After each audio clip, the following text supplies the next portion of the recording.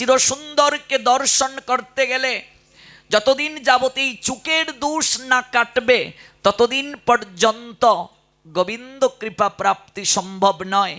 এই চোখ যতদিন পর্যন্ত আমার নির্মল না হবে ততদিন পর্যন্ত চিরসুন্দর দর্শন হয় না। সর্বপ্রথমে এই দুটি চোখ যখন কোনো কিছুর প্রতি গিয়ে নিবদ্ধ হয় তখনই আমার ভেতরে কি হয়, ভেতরে আমার স্বপ্ন দেখা সুযোগ হয়, তখনই আমার ভেতরে অনুভূতি হয়।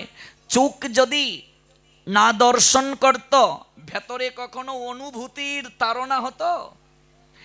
চোখ কোনো কিছুতে দৃষ্টি পড়েছে, ভেতরে গিটার বাজতে শুরু করেছে। এই চোখের নির্মলতা যতদিন পর্যন্ত না আসবে, চোখের দোষ যতদিন পর্যন্ত না কাটবে, চোখ যতদিন পর্যন্ত পরিশুদ্ধ না হবে ততদিন পর্যন্ত শ্যামল সুন্দর দর্শন হয় না।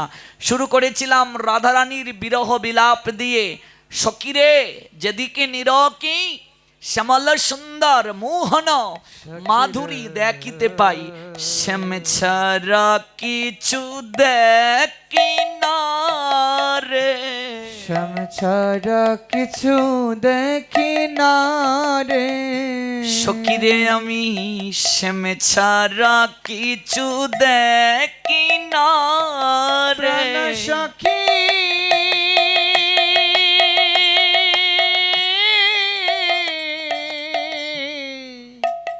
প্রাণ সখী শ্যাম ছাড়া কিছু দেখি না রে। প্রেমময়ী চারিদিকে যেদিকেই তাকান, চারিদিকের যেদিকেই তাকান সব দিকেই শ্যামল সুন্দর গোবিন্দ ব্যতীত আর কিছু দেখেন না। তাহলে আমার কেন এমন হয় না? আমার চোখে কেন শ্যামল সুন্দরের শ্রীরূপ দর্শিত হয় না? কারণটা কি? আমার চোখ নির্মল হয় নাই। আমার চোখ তো খারাপ দৃশ্য দেখে, আমার এই চোখ তো শ্রী বিগ্রহ দর্শন করে না প্রতিদিন, আমার এই চোখ তো গুরু বৈষ্ণব দর্শন করে না, ধাম দর্শন করে না। তাহলে আমার চোখ কি করে শ্যামল সুন্দরকে দর্শন করবে?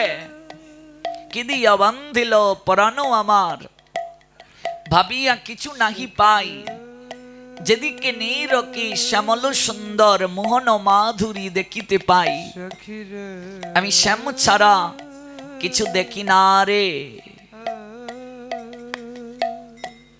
চিন্তামণি বিল্বমঙ্গলকে জানিয়ে দিলেন 11 দিন তুমি আমার নিকটে এসো না। বহু কষ্টে বিল্বমঙ্গল আছেন, দেহটা পড়ে রইল গৃহে, মনটা পড়ে রইল চিন্তামণির নিকটে। হরি বল। মনে রাখবে, ভাগবতে এসেছ, দেহটাই জায়গায়, মনটা যদি গৃহে পড়ে থাকে, ব্যবসা প্রতিষ্ঠানে পড়ে থাকে, কিছুই লাভ হবে না।